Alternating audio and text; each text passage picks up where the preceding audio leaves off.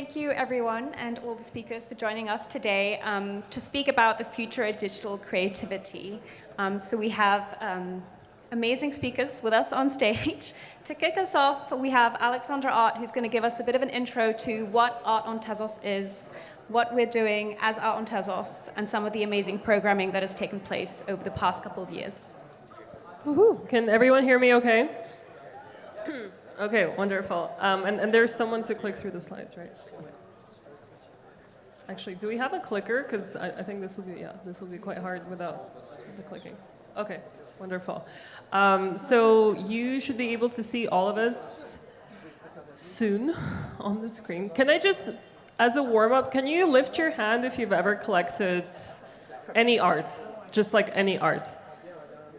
Okay, that's a good crowd. And can you lift your hands if you collected an NFT on Tezos?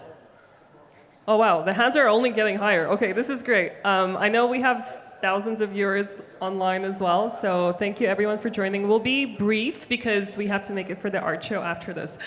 So long story short, Art on Tezos marked 5-year anniversary this year, which is a big hallmark in the grand scheme of things. And in our team is Vincian Jones. We also have Josh from our team here. And we work across several pillars. And today we're joined by artists and curators who are active in the ecosystem. And later in the panel, everyone will introduce themselves and have slides to show you. I'm going to contextualize a few things that we do and pass on the words to Vincian to continue from here.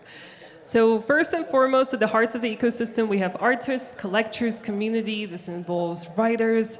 We've had over 500,000 artworks bought over the last year, and millions available if anyone wants to check it out. We have many different marketplaces, from long-form generative art to HTML, 3D, Object, as many of you know, are very popular. Also, Theia is a DAO. So you also have platforms that offer different infrastructure solutions. As you've heard earlier today, there's the roadmap to Tezos X, and that is a big part of our work also, to make sure all the different builders on the ecosystem are aware of the changes that are taking place. And then mainly we also have programming that is part of what we're doing today. So we're just going to jump in. Some of the programming is online, some of it is physical. It spans across the world, so some of the online initiatives are targeted at creators who can't always travel to destinations like here, and they can participate online. So last year we launched the Photography Prize. We have monthly art commissions on Tezos, where emerging creators are invited to create new work, and they get a stipend towards it. We have micro grants, we have exhibitions. The list goes on and on. We also have in real life events. So last year we launched Art on Tezos as an umbrella brand, and it kicked off in Berlin and took place later on in Buenos Aires.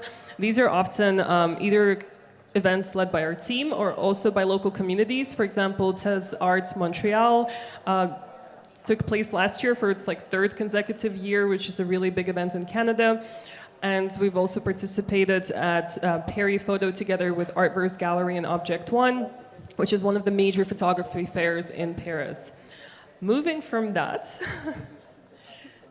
I'll speak a little bit about our institutional partnerships. Art on Tezos has a long history of working with museums around the world and being chosen by museums as well as their technology or blockchain of choice. MoMA, for example, has used Tezos in their past when they displayed Reflect Anadol. Currently, we have a number of institutional partnerships on the go. If you find yourself in Lyon, in France, you can explore an exhibition by When New Atelier that opened recently at the beginning of March. We are also working closely with HEC, the House of Electronic Arts in Basel, Switzerland. And we have plans to showcase works both online and in person during the Art Basel week coming up in June.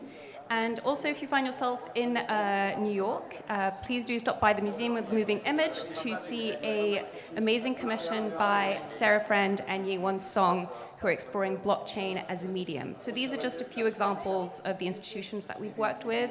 The idea behind these institutional partnerships is to provide a way to educate a greater public who might not come across digital art in their day-to-day online, who may step into museums without having known that art on the blockchain exists and to educate them within those contexts. It's also really interesting and important for artists to work within institutional contexts, so it provides a platform for a lot of artists who are looking for that next stage in their artistic career.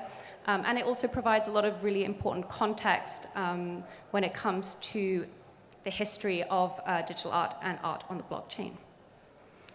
And going back a little bit to community programming and what we do online, one of our very long-running initiatives is the Tezos Tuesday Collecting, which has started, I think, back in May of 2024. So it's been going for 2 years almost. And here are just a few of the guests that we've had. And we have a guest, a past Tezos Tuesday guest as well, Brian here.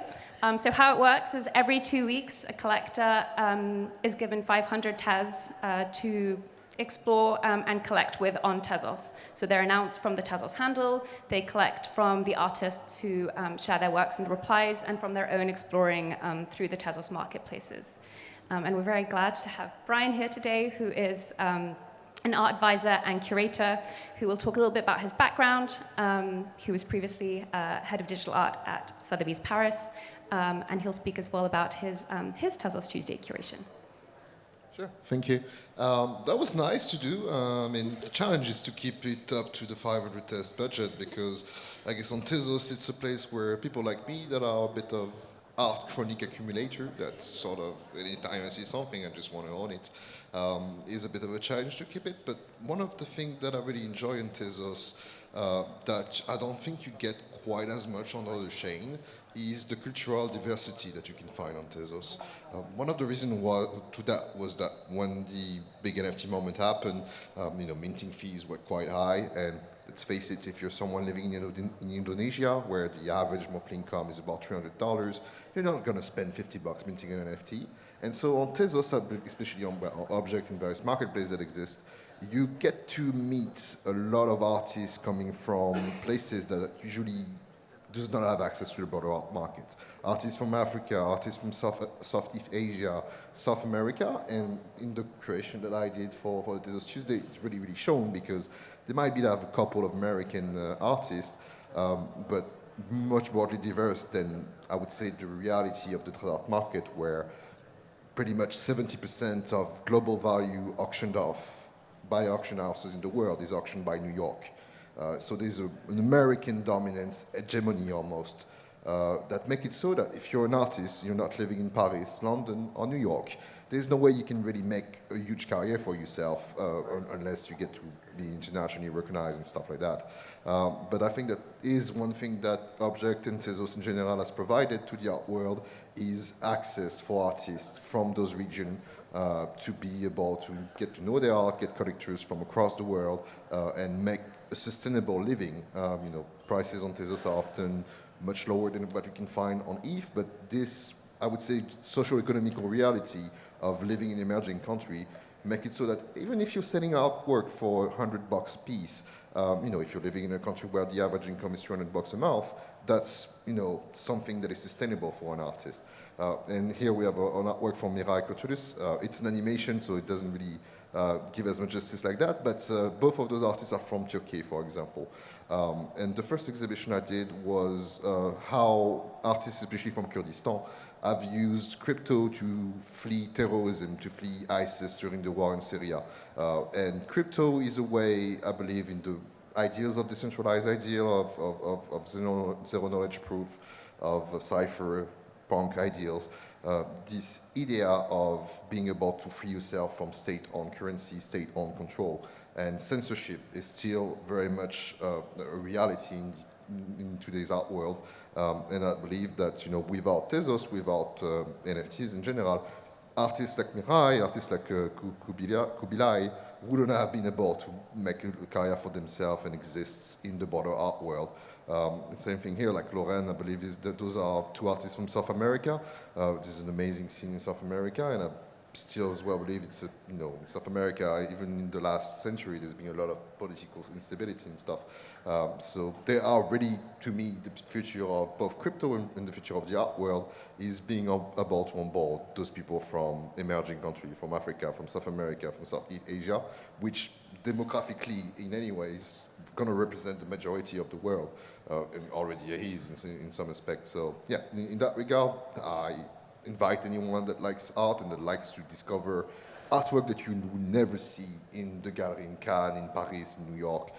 That's where you can get those artists, and that's where you can, I believe, discover the most interesting artists of their generation that, you know, if you were not from those countries, you would never have the chance to discover, to be fair. Thank you so much. And next up we have Patrick Tresset, who has been working for the past 20 years exploring the representation of humans through computational systems, AI, and robotics. Patrick, it would be great to know a little bit more about your work and how do you explore human presence and human representation through those art techniques.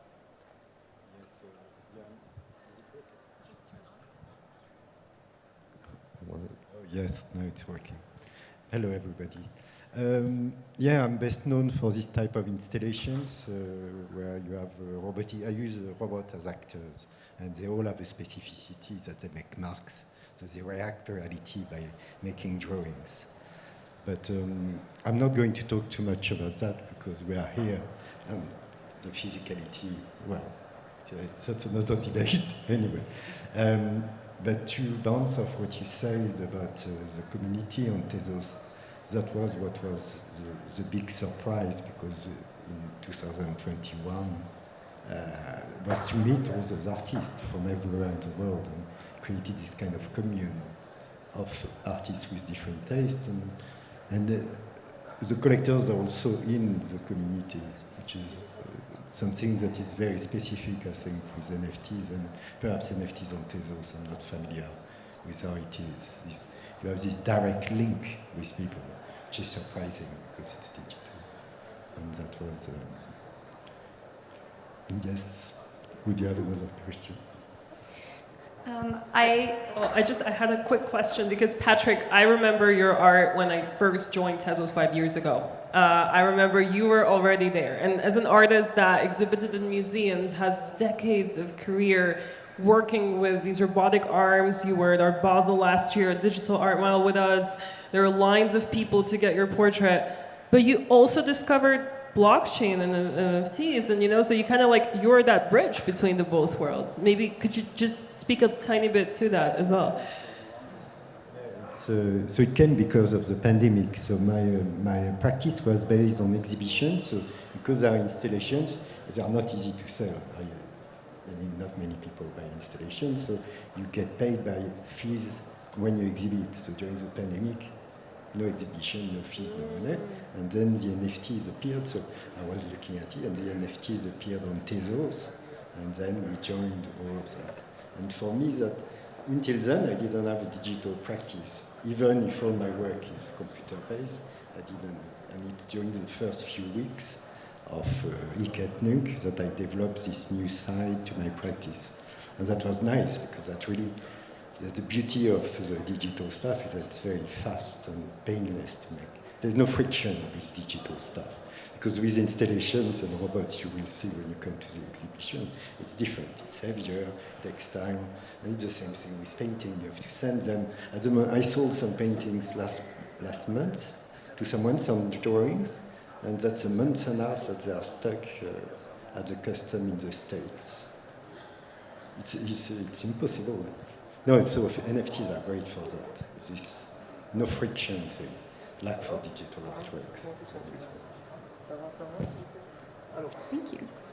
And lastly, we have Georg, who will introduce himself as well. So Georg is an artist and a researcher working at the sort of forefront and kind of intersection of human and sort of machine perception.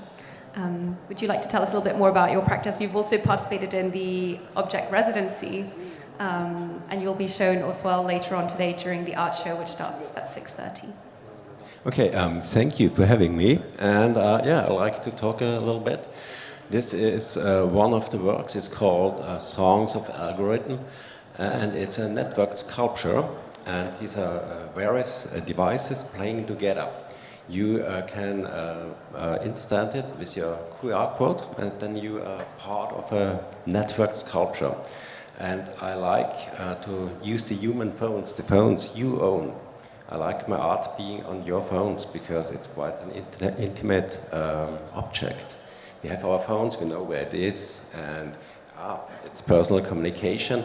And I like my art so I like it also on the big screen, I have to admit that. But I also like it to people have it on their phones, on their in their personal space. And that's a main thing about this work. And there are some other works. It's the Songs of Algorithm. It's called, because I think there's a combination between humans. Humans have songs, and I wanted to know what kind of songs machines would have. If they would sing to us, how would it feel?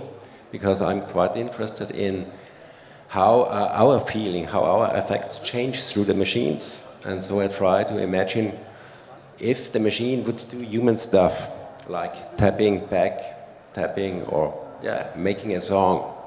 And that's where I relate to me, our bodies, and the data, and how we do together. What is the second skin of data? We are surrounded. Thank you. I think we have maybe time for one question for the group, and then we'll soon be heading off to the art show. Just bouncing back, I think, on your point, Georg, about you like the fact that collectors have the work on their phones, that it's something that they have. Thinking about the future of digital creativity and what that means for collectors and artists, obviously, how do you think that NFTs and collecting digital art has maybe changed people's approach to art in general, now that it's something not necessarily, that stays in a museum, it's something they can take home with them, it's something they can have, display on a screen like a phone, display on a screen like a TV. I think it's often a question people have is, okay, I own a digital art, if they don't know anything about NFTs, what do I do with it? I like the idea that they have it on your phone, because it's you can also have it on a screen, and many collectors have it on the screen also. But to have it on your phone, it's everywhere where you are, and you take your art somewhere, and then you're sitting somewhere and think about your collection, and you can access it. And I like this. There's a very close relation from the collector to the artwork, and I think the relation between artists and the collector is also quite new in the NFT space, because it's a public thing. Normally, I buy artworks, physical artworks, then I sell them, I give it to somebody, they put it somewhere, and there's no connection. We maybe sometimes talk, but with NFT, it's public. It's a part of discourse, and many collectors talk about it, and then it's a social knot, this artwork, and that's what I really like about NFTs. And Brian, do you have any thoughts on that? Sure, yeah. There is a book I've been rereading recently called Relational Aesthetic from Nicolas Bourriaud. And this idea that art is meant to be a connection factor, right? And screens has been, criticized as disconnecting us from the world, but I do believe that screens and digital is a way to connect to the broader world in a way that we were not able to do so before.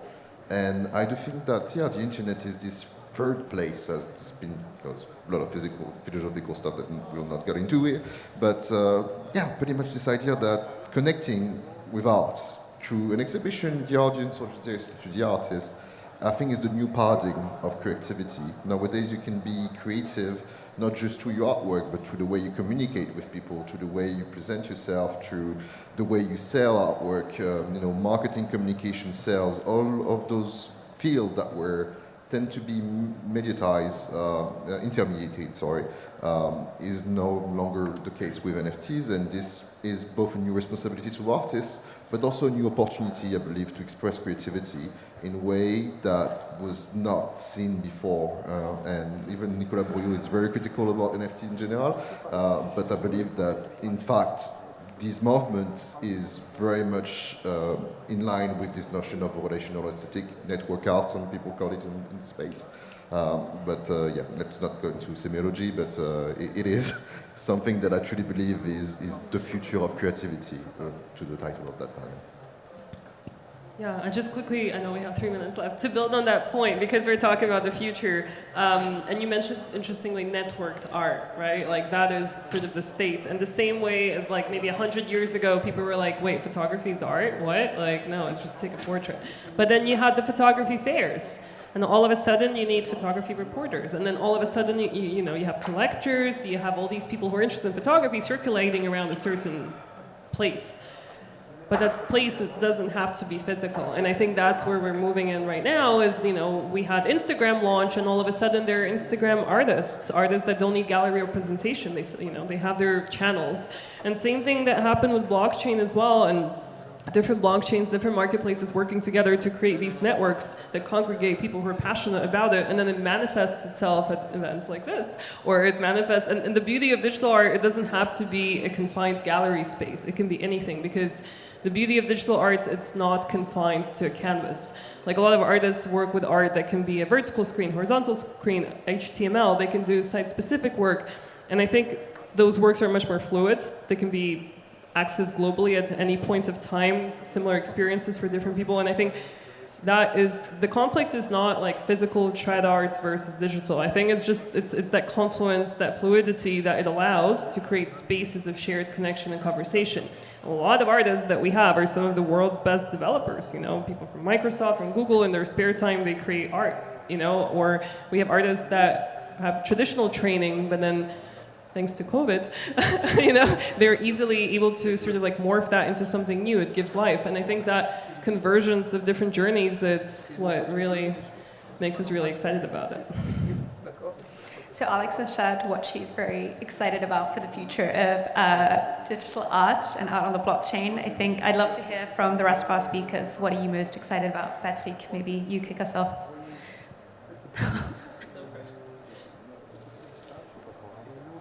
It's a good question.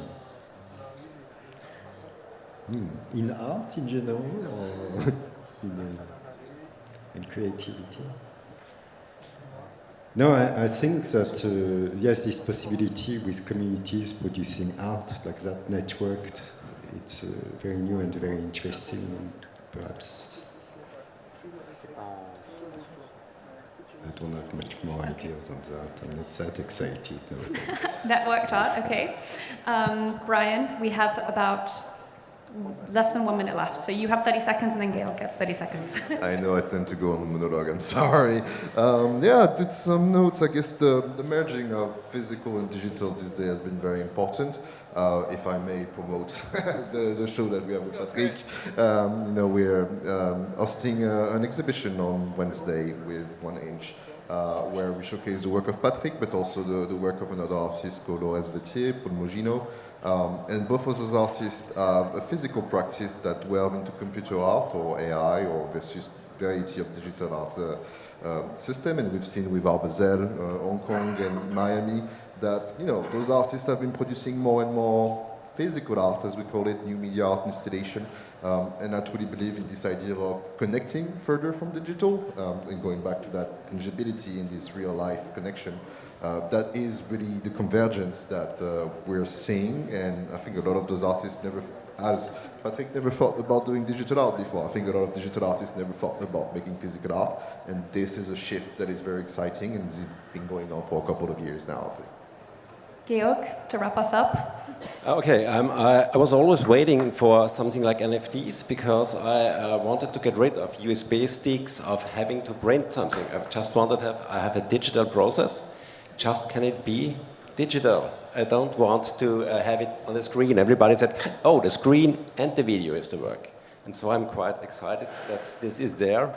And I want to experiment more with these infrastructures because I think that's the new way. The 60s introduced performance and changed art. And now we have infrastructures, and this will change the whole art world too, I think.